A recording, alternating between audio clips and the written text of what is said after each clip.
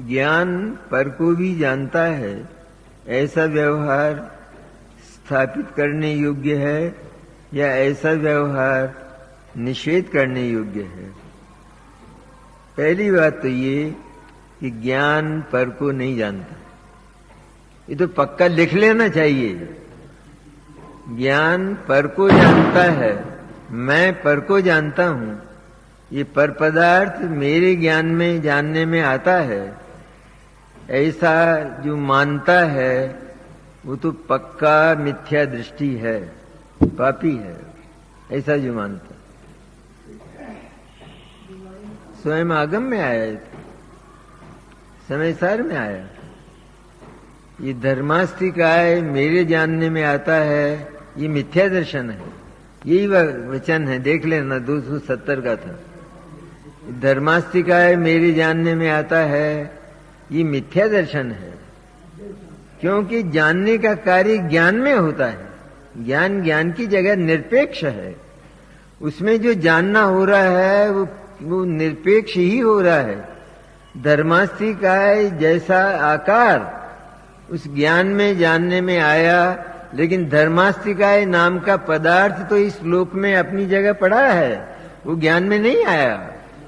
इसलिए पर पदार्थ जानने में आता है, ये कहना व्यवहार है। ये व्यवहार कहने में कोई दिक्कत नहीं, व्यवहार से ऐसा कहा जाता है कि धर्मास्तिकाय जानने में, क्योंकि व्यवहार ही प्रचलित है ना हमारी भाषा में, तो इसलिए व्यवहार से ही हम ऐसा कहते हैं, मैं सारी जगत को जानता हूं, मैं इतना जानता हूं, मैं इतना आगम जानता हूं, इतना ये सब कहना है। लेकिन स्थापित करने योग्य होने पर भी निषेध करने योग्य, निषेध करके स्थापित करने लायक है।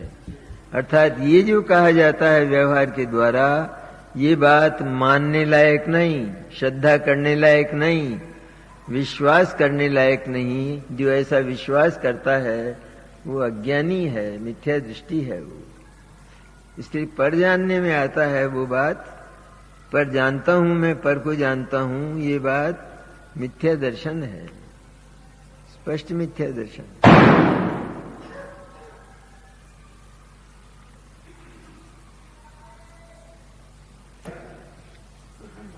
पर वास्तव में जानने में नहीं आता, ये तो पक्की बात हो गई।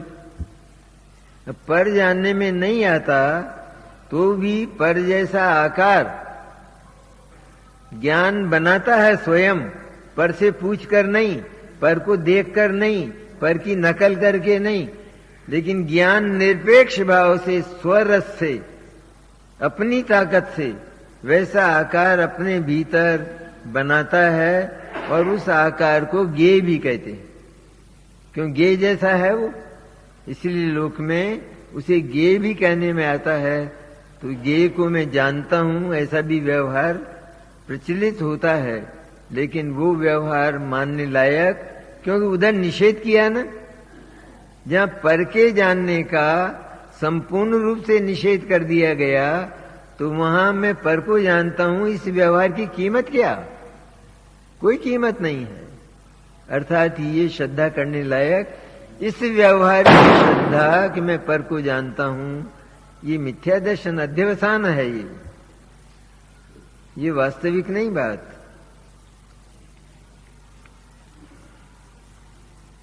से बाहर निकलकर किसी को जानने नहीं गई, और कोई भी जगत का पदार्थ वो अपनी जगह से चलकर ज्ञान के भीतर नहीं आया, तब फिर क्या जानना तो हुआ? कि जानना हुआ तो वो जानने की जगह ही हुआ, वो ज्ञान में ही हुआ। इसलिए ज्ञान में जो ज्ञेय जैसा आकार आता है वो स्वयं ज्ञान ने तैयार किया है। दर्पण में जो पदार्थ दिखाई देते हैं वे दर्पण ने स्वयं बनाए हैं, वो पदार्थ नहीं है, वो दर्पण है। इस तरह ज्ञान में ज्ञेय जैसा जो आकार आता है वो ज्ञान है, वो ज्ञेय नहीं है। क्या है वो? ज्ञान में ज्ञेय आएगा तो फिर आत्मा में पर पदार्थ आ गया, तो आता है ऐसा सीमा तोड़कर कोई पदार्थ। तो ज्ञान की सीमा तोड़कर, आत्मा की सीमा तोड़कर कोई भी पर पदार्थ ज्ञान में और आत्मा में नहीं आता। जितना कुछ जानने में आता है वो सारा का सारा ज्ञान का ही बना हुआ आकार है। वो जो ये धर्मास्तिकाय मैंने जाना, ऐसा जो किसी ने कहा, उसने धर्मास्तिकाय को नहीं जाना, बल्कि धर्मास्तिकाय जैसा आकार बनाने की ज्ञान में ताकत है, स्वयं बनाता। दर्पण में ताकत है या नहीं कि पदार्थ तो बाहर पड़े हुए हों, अब इन पदार्थों की क्या मदद है उस दर्पण को?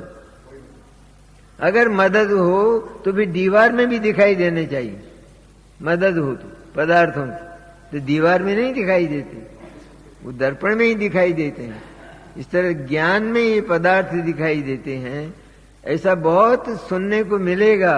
ये विषय बहुत विवादास्पद है, बहुत सुनने को मिलेगा कि जो ऐसा कहते हैं कि ज्ञान लोकालोक को नहीं जानता, केवल ज्ञान लोकालोक को नहीं जानता, अथवा हमारा ज्ञान पर पदार्थ को नहीं जानता, वो झूठे हैं। तो वो झूठे नहीं, वो कहने वाले झूठे हैं, वो झूठे नहीं हैं, वो तो आगम सम्मत बोलते हैं। इससे सम्यक दर्शन होता है, आत्मानुभूति होती है। मेरा ज्ञान पर पदार्थ को जानता है, उसका ज्ञान पर पदार्थ से मुड़कर कभी भीतर आता ही नहीं। और दूसरी बात, ज्ञान तो ज्ञान है और कुछ नहीं है, और ज्ञान का जगत में किसी से संबंध नहीं। तब हमने ज्ञान के साथ किसी दूसरे पदार्थ को क्यों लगाया? क्या लग सकता है ज्ञान के साथ दूसरा पदार्थ? ज्ञान ज्ञान ही रहता है सदा। वो जो जानता है वो किसी से पूछताछ करके नहीं जानता।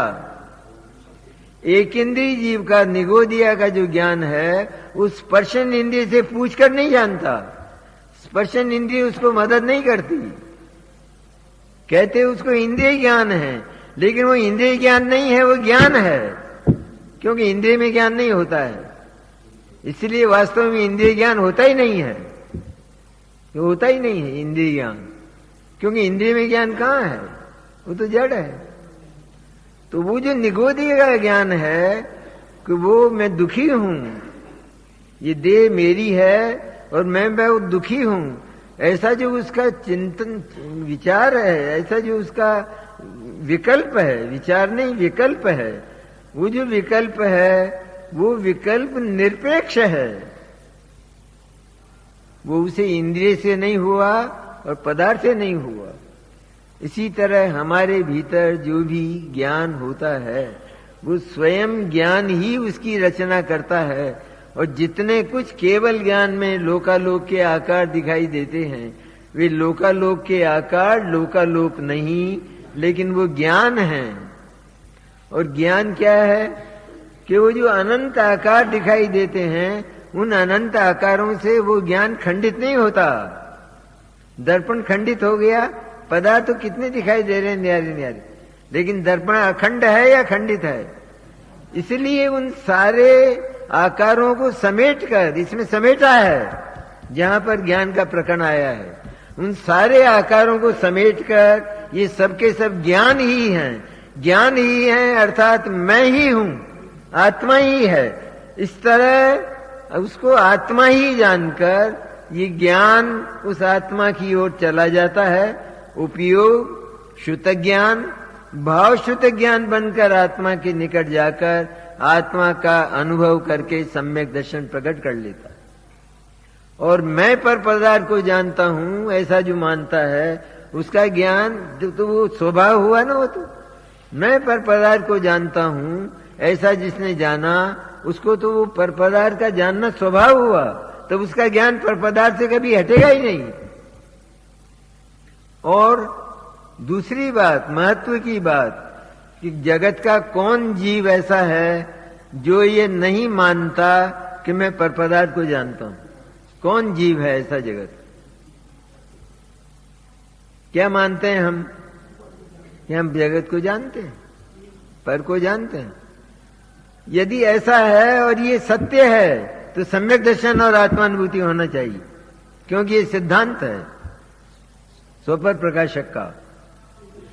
तो यदि हम सब ये मानते आए हैं, सारे के सारे जगत के, एकेंद्री से लगाकर सैनी पंचेंद्री तक, जिन्होंने आगम को वास्तव में देखा नहीं है, वे लोग भी, जैन भी ये मानते हैं कि हम जगत को जानते हैं।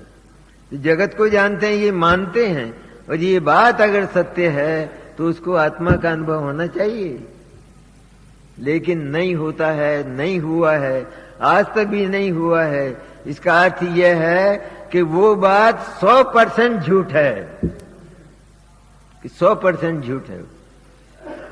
झूठ सत्य में अंश नहीं होते हैं, अनुपात नहीं होता है।